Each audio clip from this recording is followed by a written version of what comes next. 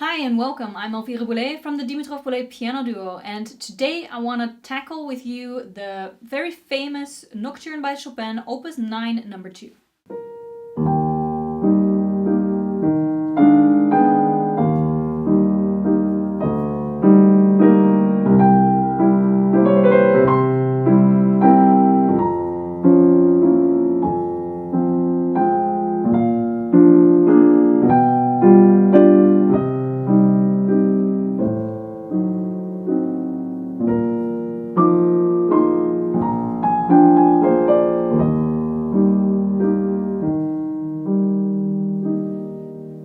So that is a little introduction of the piece.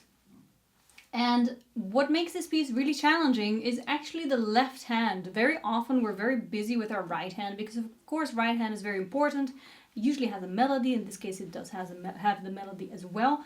But what really makes this piece deceptively difficult is the left hand. So we see a 12/8 time signature, which means there are 12 beats in the bar and the 8th note is 1 beat. So already what makes it pretty difficult to remember is that there's simply just a lot of notes, especially the left hand has a lot of different notes to play. If we look just in the first bar, we actually have, and I'll count them just a moment. If I counted correctly, we have actually 24 notes to play in the left hand alone, in the first bar alone. So that's just a lot of notes to remember. And on top of that, the notes actually, you have to play them, you have to jump. You know, they're not huge jumps all the time, but they are all the time jumps. You're constantly having to place your hand in a different part of the keyboard and jumping back and forth all the time. So I think that this is what makes this nocturne deceptively difficult, because it sounds, if you hear it, it sounds really easy. It sounds a lot easier than a lot of other nocturnes that I personally find easier to play. And you know, I always like it the other way around. I like something that sounds really difficult and is deceptively easy, but you know, today we're gonna tackle something that sounds very easy but is deceptively difficult. Okay, so just let's jump right in and I'll give you a few tips. My first tip would be obviously practice the left hand separate. So I know we've given this tip before, practice separate hands, but in this case go one step further. Don't only practice hands separate, but also practice the left hand a lot more than the right hand. Once you've taken the left hand separately, I would absolutely break that first bar into tiny little pieces. So what I see my students doing time and time again, the mistake they make is that they just, you know, they're used to the bars being short, so they would very often take, like for example, a couple of bars at the same time. Well, look, like I said, you have 24 notes to play in the first bar alone. Don't even take the first bar as a short thing. Just take the first 3 chords. Take the first 3 notes. Have a separate note, and then you have an interval, and you have a chord. Take only this. So don't just make a small section. Make it smaller, smaller, smaller, smaller. Really start with, you have 4 groups of 3. Start with 1 group of 3. Only practice that one until you kind of get familiar with it. So we take our hand separate, we cut it into really short little pieces. We cut it into 4 pieces the first bar. Now what? Now we actually cut that into even smaller parts and start practicing the first jump. First jump that we have to make is from the E flat to our G and E flat. Make sure you do it with the correct fingering and just jump a couple of times back and forth. Do it slow. Take enough time. Do it a little faster. Do it once with pedal to see how that sounds. You know, do it a few different ways. Do it once forte, do it once piano. So repeat it in a couple of different ways. And just really focus on how it feels, the jump. So what you should be focused on as far as jumps go is that you are jumping from an E flat to an E flat. You can even try to practice that blind to kind of get the feel for that E flat towards that E flat.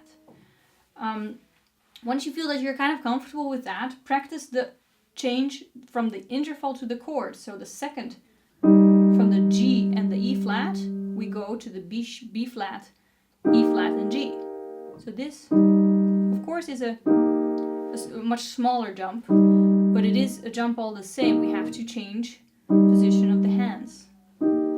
And observe, if you use the fingering that is written here in the Paderewski score that I have, you go from 2/4 to 1, 2, 4, which means that you kind of rotate, try to rotate around your second finger. So your second finger actually stays on the E flat, and you rotate. If you see from the camera above, if you see my wrist, it just kind of rotates from being in this direction towards this direction. So once you're comfortable, you repeat that a couple of times again. We have to practice the third jump from the chord to the next note, so the first note of the next group. And that is the E flat, but it's a lot closer. So we actually have to practice from the chord to the E flat, to the first of the next group. Now, once you're comfortable with that, you would think maybe like, oh, let's continue. That's not necessarily wrong, but don't forget that we practice these separate, right? We practice this separate. Don't forget that we have to actually also practice it, the whole group together. So 1, 2, 3. Do that a couple of times. 1, 2, 3.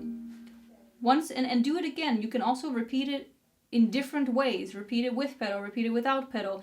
Different dynamics. Try to keep your brain fresh, don't fall asleep.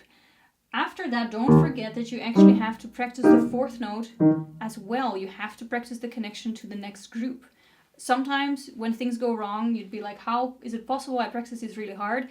Don't forget the connections. Connections are where it very often goes wrong. So make sure you catch the connection as well. You practice that 1, 2, 3, and the next. And honestly, my fourth tip would be try to see if you can do that by heart. By heart. Even go a step further and try to do it without looking. So that would be my recommendation of how you get started with this nocturne. I would do the same thing with the second group. So we start here. We start from the first. We again take the second group of 3. We start practicing this. And then from the second interval to the next chord. And you just go through that process again. Once you practice the second group, start practicing the first group connected to the second group. And just build it from there. And I know a lot of you who are watching this probably think like, oh my god, that is going to take literally forever. I'll be 80 years old and still not play this nocturne. That's just, I promise you, it's not true, because it is so efficient, this way of practicing, that you will start to memorize it and you will start really, really learning it. So if you don't actually break it down, cut it into small pieces and start repeating really, really small sections, if you don't do that, you actually are going to keep on playing it through and kind of like know it a little bit on the surface, but never know it really into detail. And you're never going to really make the progress that you want. So this might seem like it will take forever. I promise you, it's not going to take forever. This is the fastest way. You might not believe me, but just trust me. This is the fastest way to actually learn it. The more slow you take it, the more you cut it into pieces, and the more conscious you repeat it, the faster you will learn. So honestly, that would be where I would start if I would have to learn this nocturne.